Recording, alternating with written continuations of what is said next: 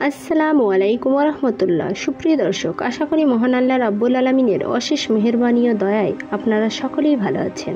দাজ্জাল আসার আগে পৃথিবীতে যা ঘটবে, হযরত মুহাম্মদ সাল্লাল্লাহু আলাইহি সাল্লামের বলে যাওয়া কিয়ামতের বড় 10টি আলামত। এর প্রথমটি হলো পৃথিবীতে দাজ্জালের আগমন। দাজ্জালের আগমনই হলো ফিতনাগুলোর মধ্যে সবচেয়ে বড় ফিতনা। তাহলে প্রশ্ন আসে, দাজ্জাল কি সাধারণ মানুষের মতো পৃথিবীতে আগমন করবে? দাজ্জালের আসার পূর্বে আলামতই বা কি? এই বিষয়ে নবী করিম সাল্লাল্লাহু আলাইহি সাল্লাম বলেছেন, দাজ্জাল ততক্ষণ পর্যন্ত বের হবে না যতক্ষণ না মানুষ তার কথা ভুলে যাবে। মিম্বর থেকে দাজ্জালের আলোচনা উঠে যাবে। দাজ্জাল প্রকাশের পূর্বে মুসলমান এবং রোমান খ্রিস্টানদের মধ্যে বড় ধরনের কয়েকটি যুদ্ধ সংগঠিত করবে। আল্লাহর রহমতে মুসলমানগণ চূড়ান্ত বিজয় অর্জন করবেন। মুআজ বিন জাবাল রাদিয়াল্লাহু আনহু থেকে বর্ণিত, নবী করিম সাল্লাল্লাহু আলাইহি সাল্লাম বলেছেন, জেরুজালেমের জনবসতি বৃদ্ধি পাবে। মদিনার বিনাশ মানে বিশ্বযুদ্ধের সূচনা, বিশ্বযুদ্ধের সূচনা মানে কনস্টান্টিনোপল বিজয়।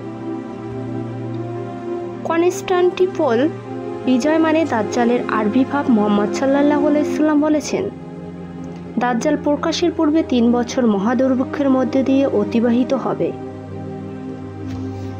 প্রাকৃতিক সকল খাদ্য উপকরণ ধ্বংস হয়ে গেলে মানুষ প্রচণ্ড খাদ্য অভাবে পড়ে যাবে। প্রথম বছর আল্লাহ আসমানকে 1/3 বৃষ্টি এবং জমিনকে 1/3 ফসল বন্ধ করে দেওয়ার আদেশ করবেন। দ্বিতীয় বছর আল্লাহ আসমানকে 2/3 বৃষ্টি এবং জমিনকে 2/3 ফসল বন্ধ করে দেওয়ার আদেশ করবেন। তৃতীয় বছর আল্লাহ আসমানকে সম্পূর্ণ বৃষ্টি এবং জমিনকে সম্পূর্ণ ফসল বন্ধ করে দেওয়ার আদেশ করবেন। ফলে এক ফোঁটা বৃষ্টিও বর্ষিত হবে না, একটি শস্যও অঙ্কুরিত হবে না, মুষ্টিমেয় ছাড়া। সকল ছায়াদার বস্তু ধ্বংস মুখে পড়ে যাবে, নিঃশেষ হয়ে যাবে, অর্থাৎ গাছপালা ও বৃক্ষকুল নিশ্চিহ্ন হয়ে যাবে। এই কথাগুলো শুনে এক সাহাবী রাসূল সাল্লাল্লাহু আলাইহি সাল্লামকে জিজ্ঞেস করলেন, সেদিন তাহলে মানুষ কি খেয়ে জীবন ধারণ করবে?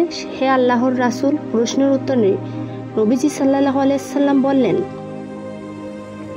তাকবীর, আল্লাহু আকবার পাঠ এবং তাহমিদ মানুষের পাকস্থলীতে খাদ্যের কাজ দেবে।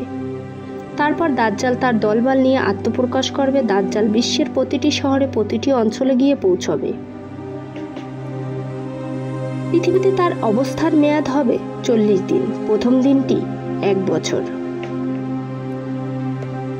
দ্বিতীয় দিনটি 1 মাস, তৃতীয় দিনটি 1 সপ্তাহ এবং অবশিষ্ট দিনগুলো স্বাভাবিক দিনের মতো হবে। 2 কানের মাঝে 40 গজের ব্যবধান এমন গাদায় সে আহরণ করবে। দাজ্জালের কিছু ক্ষমতা থাকবে, যেমন মৃত্যু মানুষকে জীবিত করা, পশু পাখির সাথে কথা বলা ইত্যাদি। সে মানুষের কাছে এসে বলবে,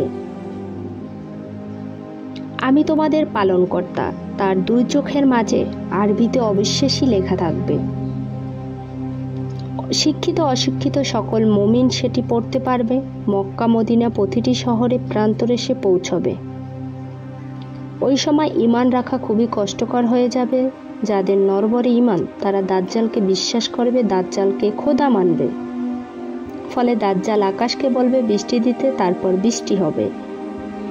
জমিনে দাজ্জালের কথায় শস্য ফলবে, ফলে দাজ্জালের কথায় বিশ্বাসী মানুষ সাময়িক সময়ের জন্য সুখী জীবনযাপন করবে। অন্যদিকে যারা দাজ্জালকে খোদা মানবে না, তাদের দিন কাটবে কষ্টে। এভাবেই দাজ্জাল মানুষের ঈমান নষ্ট করবে 40 দিন ধরে। 40 দিন অতিবাহিত হওয়ার পর দাজ্জালের বিনাশ হবে কোথায়? উহুদ পর্বতের চূড়ায় ওঠে মসজিদের নববীর দিকে তাকিয়ে নবীজি সাল্লাল্লাহু আলাইহি সাল্লাম ওনার অনুসারীদের বলেন, তোমরা কি ওই সাদা প্রাসাদটি দেখতে পাচ্ছ, অর্থাৎ মসজিদে নববী? সেখানেই তার বিনাশ ঘটবে। আল্লাহ আমাদের দাজ্জালের ফিতনা থেকে রক্ষা করুন, আমিন। সুপ্রিয় দর্শক, ভিডিওটি ভালো লাগলে অবশ্যই লাইক দিবেন এবং শেয়ার করবেন। চ্যানেলটি সাবস্ক্রাইব করতে ভুলবেন না। প্রতিদিন ইসলামিক ভিডিও পেতে আমাদের সাথেই থাকুন। সবাইকে ধন্যবাদ।